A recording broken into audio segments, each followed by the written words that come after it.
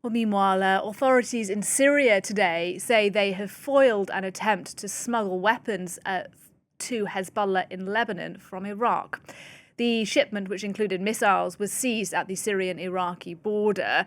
And that news today coming as Israel's defense minister says his country is determined to keep forces in what Israel is calling a security zone in Lebanon, as well as ones in Syria and in Gaza.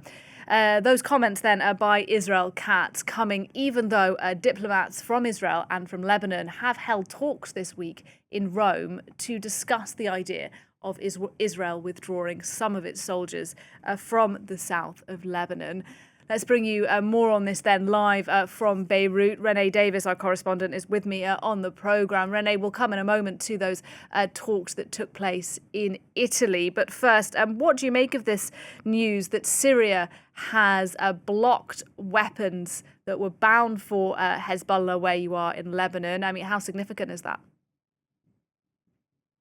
Well, the significance of this is the fact that this is a new government in Syria. It's only been in place since the end of 2024, and for a long, long time, it's well known that Bashar al-Assad, that used to be the head of Syria, was close allies with Hezbollah. So they operated in a cohesion with each other very often. Now, with these new diplomatic security efforts between Lebanon and Syria, they've foiled and stopped these weapons from entering Iraq. Now, what we know as well is that just a couple of days ago, Lebanese interior security said that they had arrested an ISIS member coming from Syria.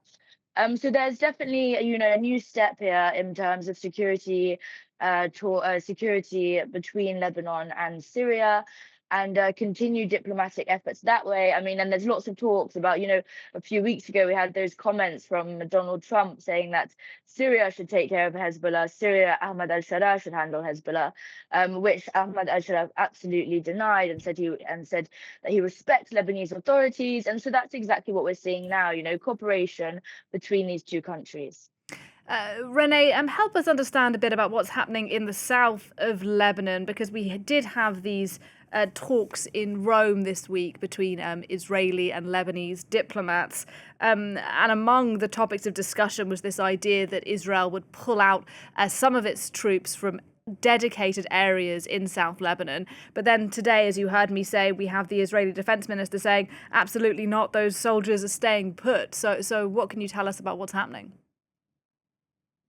Well, that's just it. Once again, it's quite a murky ceasefire deal here in Lebanon. So what we know from the Rome talks is that both sides, Lebanon and Israel, had agreed on pilot zones. Now, what exactly are pilot zones? Pilot zones would be areas in southern Lebanon occupied by Israel as we speak, that Israel would withdraw from, and the Lebanese army would intervene in disarming Hezbollah.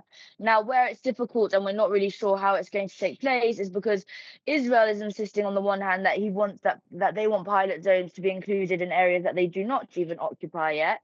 The Lebanese army insists on that they have to withdraw first before they can attempt to disarm Hezbollah. However, that's not happening. I mean, just today we had strikes in Nabatea Fauqa, so that's the outskirts of Nabatea, and continued demolitions, continued demolitions of residential areas.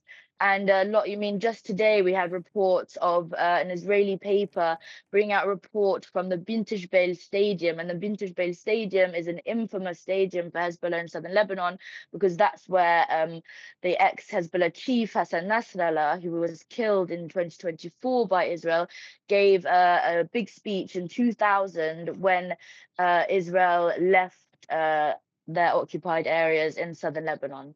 So there's still lots of tensions. Of course, Israel and Hezbollah are absolutely not on the same page, and we'll have to see how this mechanism surrounding pilot zones develops in the next few days.